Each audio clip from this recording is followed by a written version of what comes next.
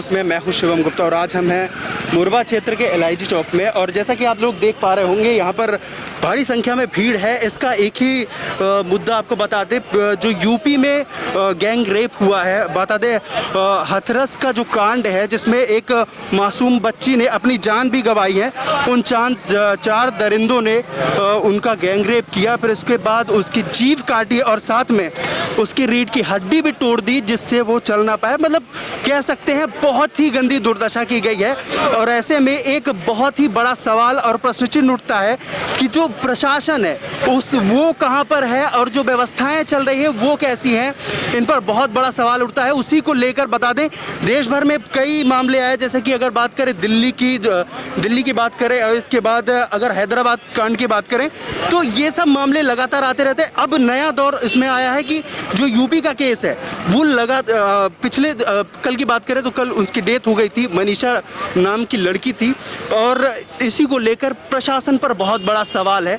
यहाँ पर लोग जस्टिस के लिए आए हुए हैं और यहाँ पर कैंडल मार्च कराया जाएगा। और यहाँ पर जितने भी लोग हैं, जैसे देख पा रहे हो, मनीषा के लिए, जस्टिस के लिए लोग खड़े हुए हैं और पूरा देश खड़ा हुआ है।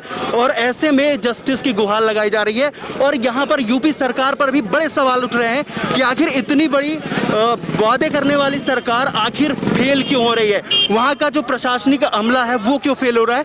इसी को लेकर हम लोगों से बात करेंगे। और फिलहाल जो कैंडल मार्च है उसकी जस्टिस के लिए है, उसकी आत्मा की शांति के लिए। लेकिन लगातार ये कब तक होता रहेगा, हमारी गवर्नमेंट पर पूरा प्रश्न चिन्ह बना हुआ है।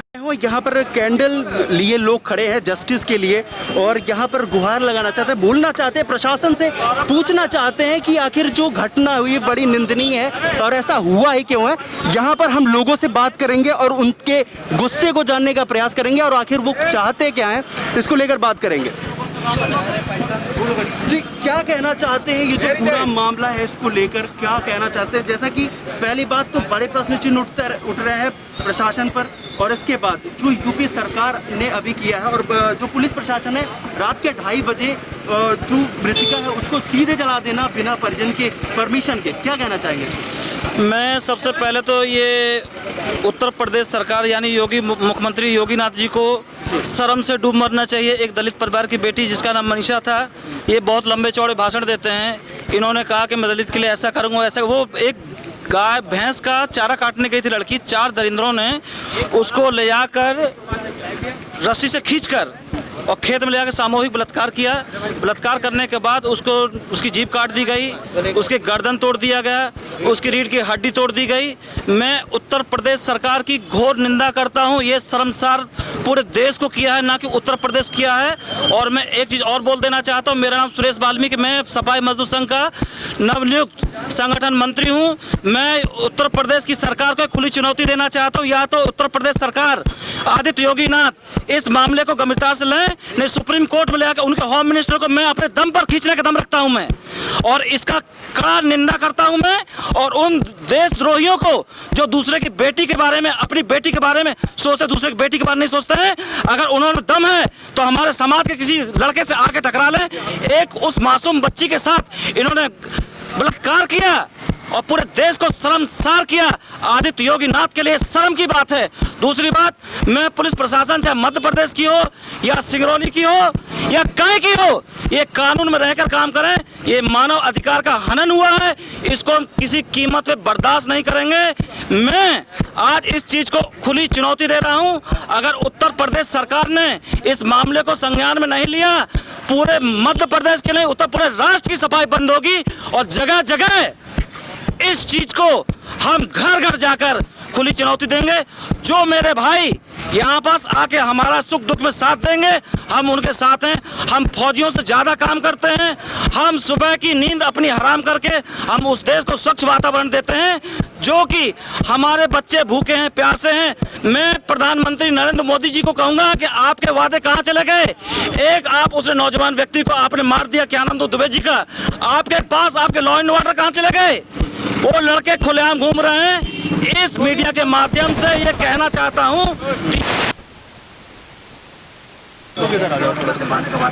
कुछ लोग आप लोग भी आ जाएंगे ना, साइड में आ जाए।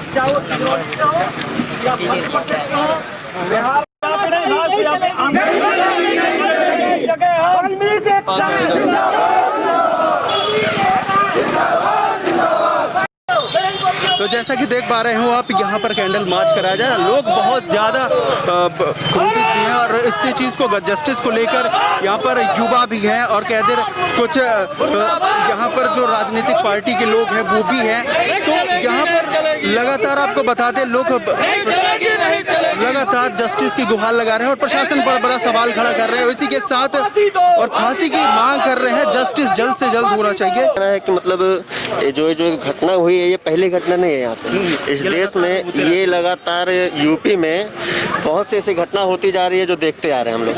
और हम लोग सिर्फ जस्टिस के लिए पीछे हर जगह पे कैंडल जलाते हैं, हर जगह हम लोग इंसाफ चाहते हैं, लेकिन इंसाफ नहीं होता है। चाहे आप किसी भी घटना को देख लीजिए, अगर इंसाफ मिला है तो सबसे सही हैदराबाद में प्रियंका शर्मा जिनका रेप हुआ था, एक पुलिस वाले ने उनको एनकाउंटर किया था, वो इंसाफ हम मानते हैं कि सही है। अगर बलात्कार होता है तो इस जगह पे देश में जो बलात्कार आज इतना ज़्यादा, सबसे ज़्यादा अगर बलात्कार होता है तो वो यूपी है। यूपी से हर एक घटना, जितना सबसे बड़ी अगर घटना देख ले आप, निर्भया देख ले, चाहे कुछ भी आपका जो हुआ था अभी एक जगह पे, तो वो भी आप देख ले। तो इसलिए हम लोग यही चाहते हैं सरकार से कि जो भी इस तरीके का अगर होता है रेप, उसके लिए सख्त एक कानूनी बनाया जाए, उसके लिए देखा जाए। और जैसा कि अगर बात करें, रात में ही उस पीड़िता की शव को पुलिस द्वारा जला दिया जाता है, इसको लेकर क्या कहना चाहे? कहाँ तक ये कह सकते हैं जो डिपार्टमेंट है किस लेवल तक नीचे आ चुका है? जी, ये तो बहुत दुर्भाग्य की बात है कि एक सरकारी डिपार्टमेंट जिससे मतलब लोगों की काफ़ी उम्मीद जुड़ी हुई रहती है कि ये हमारी रक्षा करेंगे, वही मतलब सबूत मिटाने के लिए मतलब एक सरकार के नुमाइंदे, चाटुकार सरकार के बन के सबूत मिटाने का काम कर रहे हैं। चलिए ठीक है, सरकार ये आप देख रहे हैं कि जिस हिसाब से कुछ मीडिया चैनल भी सपोर्ट में है सरकार के, जो बोल रही है कि रेप नहीं हुआ है, तो क्या वो लड़की जिसके जबान काट दी गई, वो आखिरी टाइम पे जो बोल नहीं पा रही है, उसने अपने स्टेटमेंट में ये बोला कि मेरा रेप हुआ है, तो क्या वो गलत बोल रही है? आखिरी वक्त में अपनी आखिरी वो सांस ले रही है, वो गलत बोल रही है जो यहाँ पे मीडिया वालों ने रिपोर्ट दिया है कि नहीं हो रहा है। अरे तो अगर आपको ऐसा है कि ये चीज़ अगर मीडिया सही है, सरकार सही, तो उसके रात में तत्काल उसकी लाश जलाने की क्या ज़रूरत थी? ये बहुत बड़ा प्रश्न उठता है। हिंदू समाज में सूर्य अस्त और सूर्य उदय के बाद ही मतलब सूर्य उदय और सूर्य अस्त होने से पहले ही कोई अंतिम संस्कार की प्रतिक्रिया की जाती है। वो तो बेचारी ना जी पाई अच्छे से, मरने के बाद भी उसका अच्छे से अंतिम संस्कार नहीं हो पाया। एक परिवार का मरने के बाद एक आखिरी मन होता है कि अच्छे से अंतिम संस्कार हो जाए, कम से कम आत्मा को शांति मिल जाए। वो तो बेचारी ना जी पाई अच्छे से, ना मर पाई अच्छे से, उसको कहाँ आत्मा को शांति मिलेगी?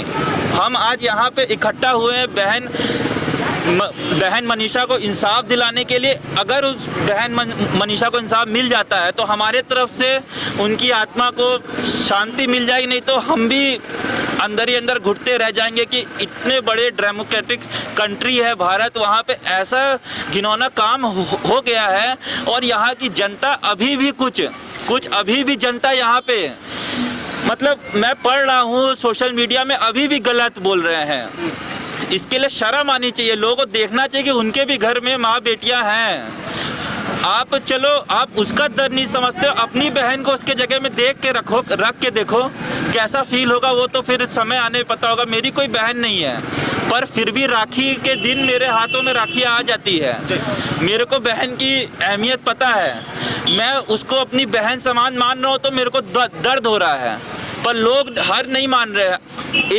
एक जानवर भी जहाँ बैठता है तो साफ सुथरा करके बैठता है अपनी जगह। हम सिंगरौली वाले हैं यहाँ पे, हम पूरा भारत साफ नहीं कर सकते हैं, आवाज़ उठा सकते हैं बस। पर हम यहाँ पे ये प्रोग्राम इसलिए कर रहे हैं आज कि जहाँ पे हम रह रहे हैं, यहाँ पे अगर ऐसा कुछ घिनौना काम होगा तो हम युवा यहाँ पे प्रशासन की नहीं सुनेंगे, हम उसको खुद अपराधी को सजा देंगे। इसलिए आज हम यहाँ पे इकट्ठा हुए कि यहाँ का कोई युवा या फिर यहाँ का कोई बुजुर्ग ये ऐसी हरकत करने की कोशिश ना करें।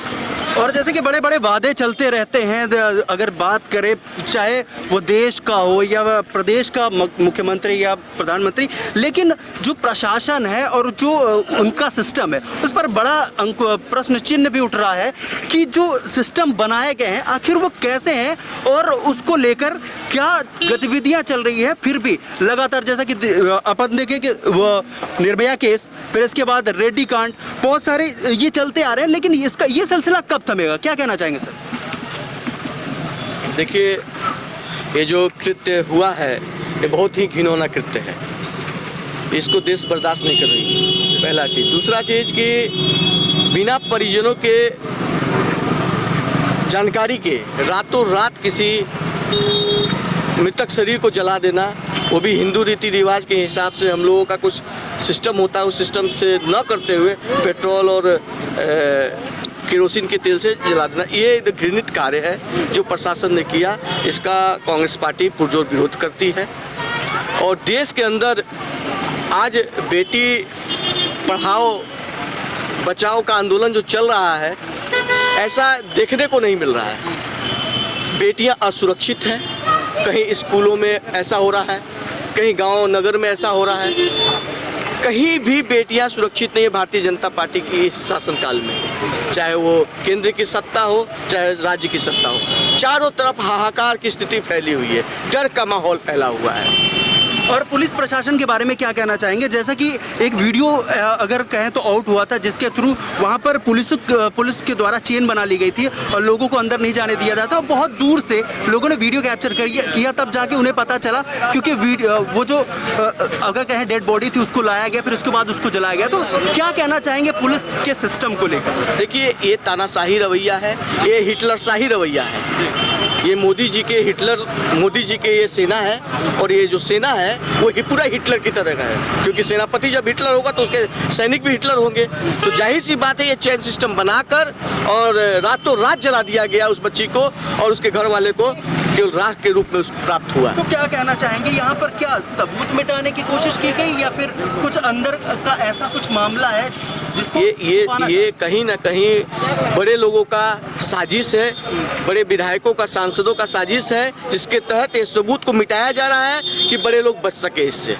तो क्या चाहते हैं, इसकी जांच निष्पक्ष, एकदम जांच निष्पक्ष होनी चाहिए, ये सीबीआई से जांच होनी चाहिए इसकी। मैं कुछ बोलना चाहूँगा जी, मैं ये बोलना चाहता हूँ, अभी कुछ दिन पहले एक बहुत बड़ा अपराधी था उत्तर प्रदेश का, विकास दुबे। उसकी गाड़ी जब पलटी थी, सबको पता है कि वो एक साजिश था। चलिए, हम बोलते हैं कि बहुत बड़ा अपराधी था, उसको मौत मिली, बहुत अच्छी बात हुई, मिलनी भी चाहिए थी, पर कानून व्यवस्था के तहत उसको मौत मिलनी चाहिए थी। अगर उस दिन उसकी आवाज़ खुल जाती कोर्ट में तो शायद बहुत लोग अंदर चले जाते। वहाँ पे किसी जनता ने आवाज़ नहीं उठाई, वहाँ पे पहली गलती थी। वहाँ पे इन लोग को एक हौसला मिला, जिसका कारण आज हमारी बहन मनीषा के साथ जो हुआ है, ये उसी के वजह से हुआ है कि आज इनके हाथ इतने खुल गए हैं कि ये खुल के अपराध कर रहे हैं, सरकार में रह के अपराध कर रहे हैं, क्योंकि असली गुंडे सरकार में ही बैठे उत्तर प्रदेश में। तो चलिए, जैसा कि यहाँ की अगर बात करें देश प्रदेश और स्पेशली बताएं कि सिंगरौली की जनता भी बहुत नाराज़ है। अब यहाँ पर देखना ये होगा कि जस्टिस होता है, जो जांच होती है निष्पक्ष होती है, कि या इस मुद्दे को यहीं पर दबा दिया जाएगा। कैमरामैन अमित के साथ मैं शिवम गुप्ता। और बालों को लेकर परेशान तो आज ही आइए SMS फार्मेसी और मिलिए डॉक्टर BK शास्त्री, जिनसे मिलेगा आपको त्वचा और बालों से जुड़ी हर समस्या का समाधान। तिल, मस्से एवं गुप्त रोगों का विशेष इलाज किया जाता है। हमारा पता है कॉन्वेंट चौराहे के बगल में अटल सामुदायिक भवन के सामने, Bilauji Bairhan, Singrauli, Madhya Pradesh. Contact number 7000523918 9009396655। GP Palace offering you for the party, lunch, dinner and staying service with affordable price। मनाइए खुशियों के रंग GP Palace के संग, जहां आपको मिलता है birthday, ring ceremony, anniversary, marriage और भी पार्टियों के बेहतरीन इंतजाम। So book your party now. अधिक जानकारी के लिए कॉन्टैक्ट करें Vindhyanagar, Bairhan road, Bairhan, Singrauli, Madhya Pradesh. Contact number given below. क्या आप भी हैं ब्रांड के शौकीन? तो आज ही आइए रेमंड शोरूम सिंगरौली और पूरे करिए अपने शौक हमारे साथ। आपको मिलेगा complete dress, shirt, pant, blazer, jeans, perfume और बहुत कुछ। साथ ही कोरोना में अपने कस्टमर का रखते हैं पूरा ध्यान। Hand sanitization with thermal screening. हमारा पता है circuit house road near Agantuk hotel Singrauli. Contact number 6261237045 7225877048। चाय हर घूंट में बेहतरीन एहसास। इसी एहसास को बरकरार रखता है जीतू टी स्टॉल, जिसका हर घूंट कराता है ताजगी का एहसास। पता है Jitu tea stall, Morba bus stand, Singrauli, Madhya Pradesh. Mobile number 7024082306। Shri Krishna brothers and sale service, water purify, water plant, water cooler, water dispenser, mineral water 20 litre, air conditioner, Tata Voltas, geyser एवं सभी प्रकार के इलेक्ट्रिक व इलेक्ट्रॉनिक सामान उपलब्ध हैं। पता है पुरानी मार्केट, सिंगरौली, जिला सिंगरौली, मध्य प्रदेश। Contact number 9179603939 8109426288। और हाँ, हमारे चैनल को सब्सक्राइब करें, घंटी का बटन दबाना न भूलें, जिससे नई अपडेट आपको समय समय पर मिल सके।